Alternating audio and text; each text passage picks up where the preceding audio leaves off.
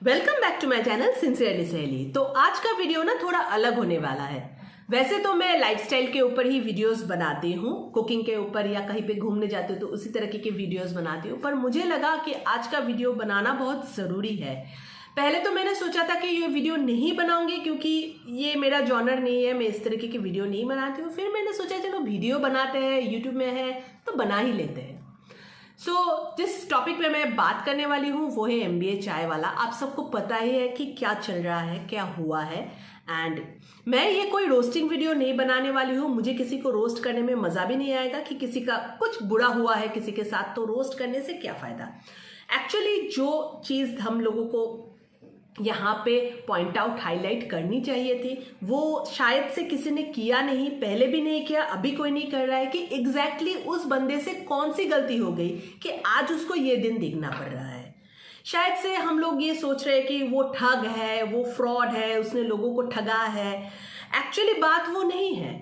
उसके जो business model था उसमें दो फंडामेंटल गलतियां थी और इस दो फंडामेंटल गलतियों की वजह से आज उसकी ये हालत है। अगर इन दोनों में से किसी भी एक फंडामेंटल गलती को सुधारा जाता ना पहले, तो आज ये हालत नहीं होती।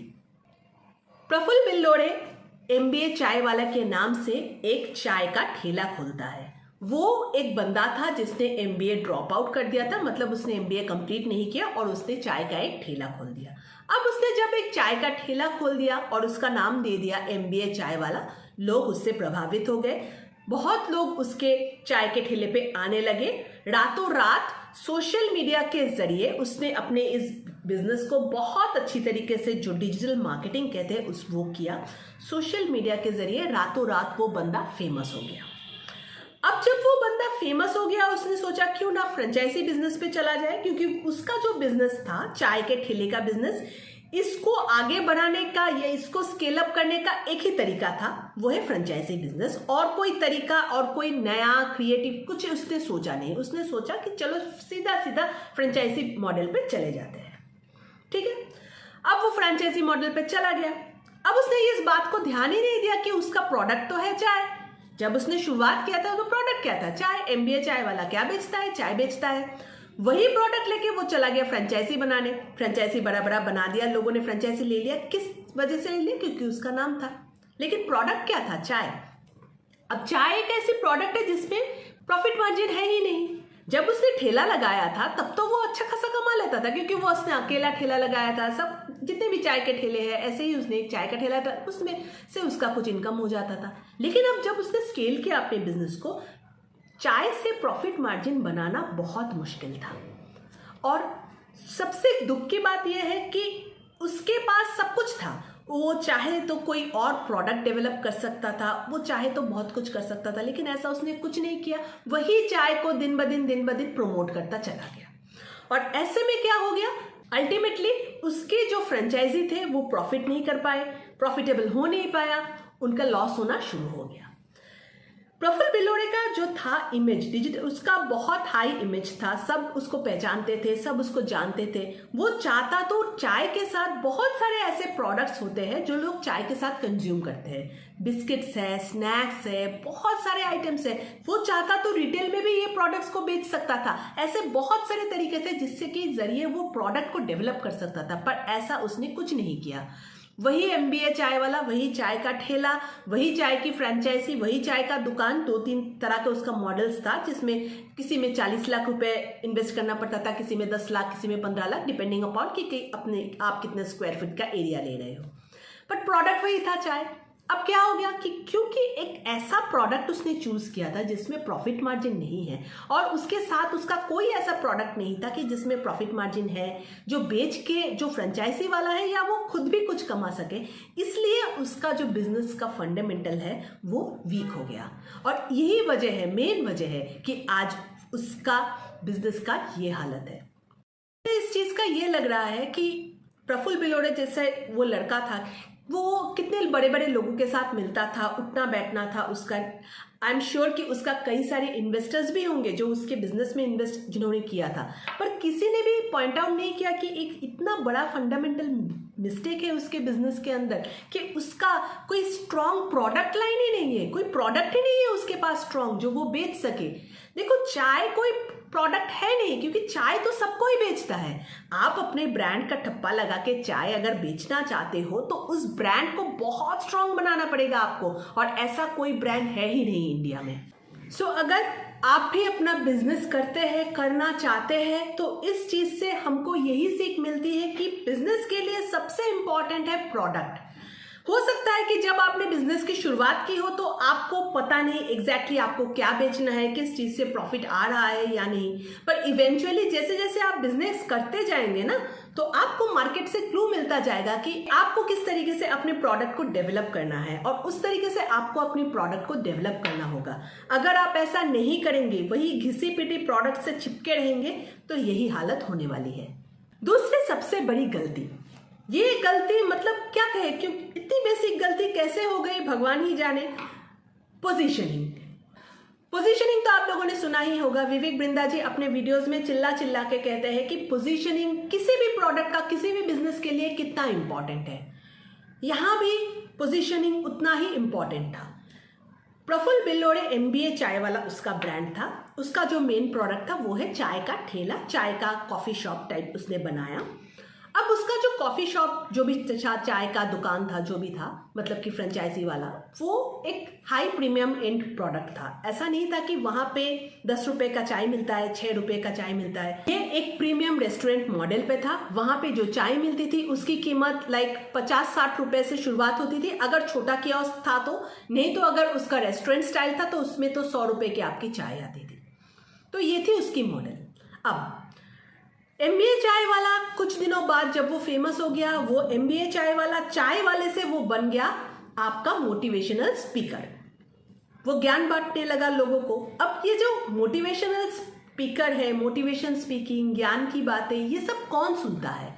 ये सब बच्चे सुनते हैं। मेन इसका जो कंज्यूमर है ना, ये सब जो ज्ञान वाली वीडियोस होते हैं, मोटिवेशनल वीडियोस होते हैं, ये सब कौन देखता है, कौन सुनता है? बच्चे सुनते हैं। क्लास 9 से 12 तक के बच्चे सबसे ज्यादा इस तरीके के वीडियोस देखते हैं, इस तरीके के चीजों से वो ताल्लुक रखते हैं।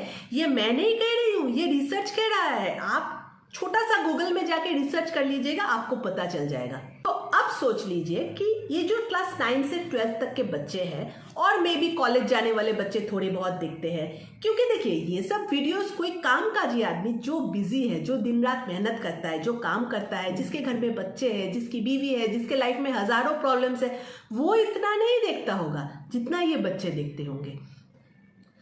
तो ऑब्वियसली उसका टारगेट जो कस्टमर था, जो उसके दुकान में जाने वाले थे, वो कौन था? कामकाजी आदमी। क्योंकि देखो, एक जगह पे बैठ के आप एक कॉफी शॉप में जा रहे हो, दुकान पे जा रहे हो, वहां बैठ के आप 100 रुपए का चाय पी रहे हो, उसके साथ कुछ पी रहे हो, अल्टीमेटली टोटल आप कितना पैसे खर्च कर रहे हो?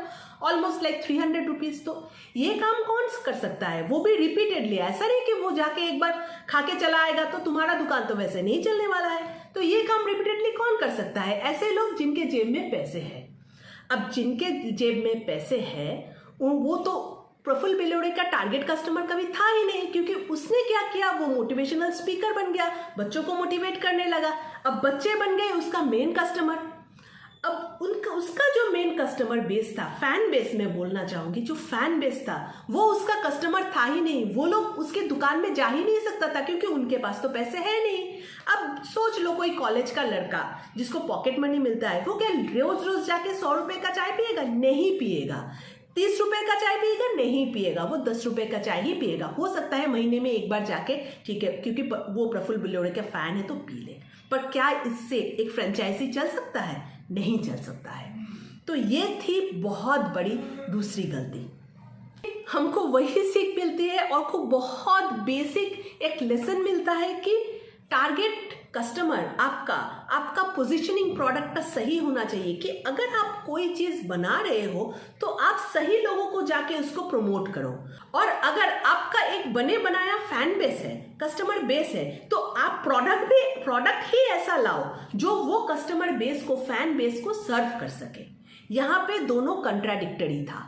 उसका फैन बेस जो था वो बच्चे थे, 9 से 12 तक के कॉलेज के बच्चे थे, जिनका इनकम इतना ज्यादा नहीं था, पर उसका जो प्रोडक्ट था वो हाई एंड प्रोडक्ट था, जो वही लोग यूज कर सकते थे जिनके पास पैसा है।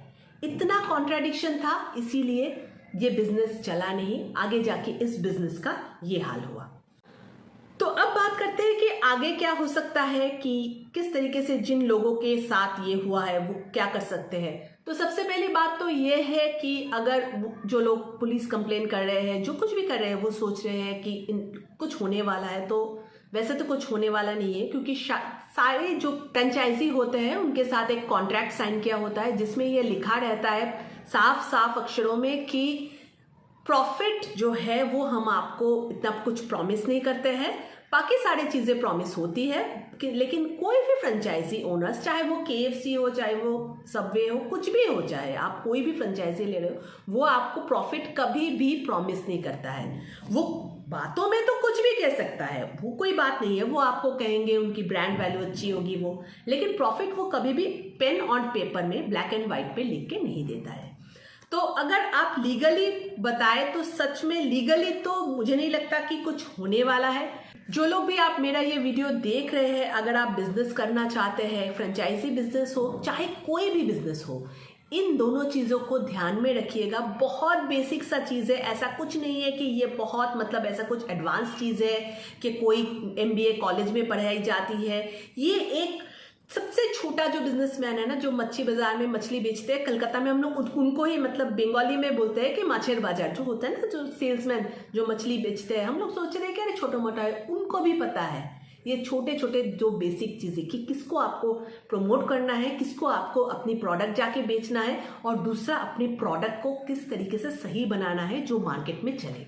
तो फिर से मैं वही बात दोहराऊंगी कि अगर आप अपना बिजनेस शुरुआत करते हैं, बिजनेस कर रहे हैं, तो इस तरीके की गलती, फंडामेंटल गलती अपने बिजनेस में नहीं कीजिएगा, क्योंकि अगर इस तरीके की गलती करेंगे तो नतीजा आप लोगों ने देख ही लिया होगा। अगर आपको ये वीडियो अच्छा लगा, अगर आप चाहते हैं कि मैं इस तरीके के और वीडियोस बनाऊं बिजनेस को लेके, फंडामेंटल्स को लेके, क्योंकि मैं खुद भी एक बिजनेस करती हूं और मैं जो जॉब करती हूं that is also related to business, I am a marketing professional, तो प्लीज मुझे ये कमेंट में बताइए, तो मैं इस तरीके की वीडियोस भी बनाऊंगी आप लोगों के लिए। Thank you for watching, bye bye.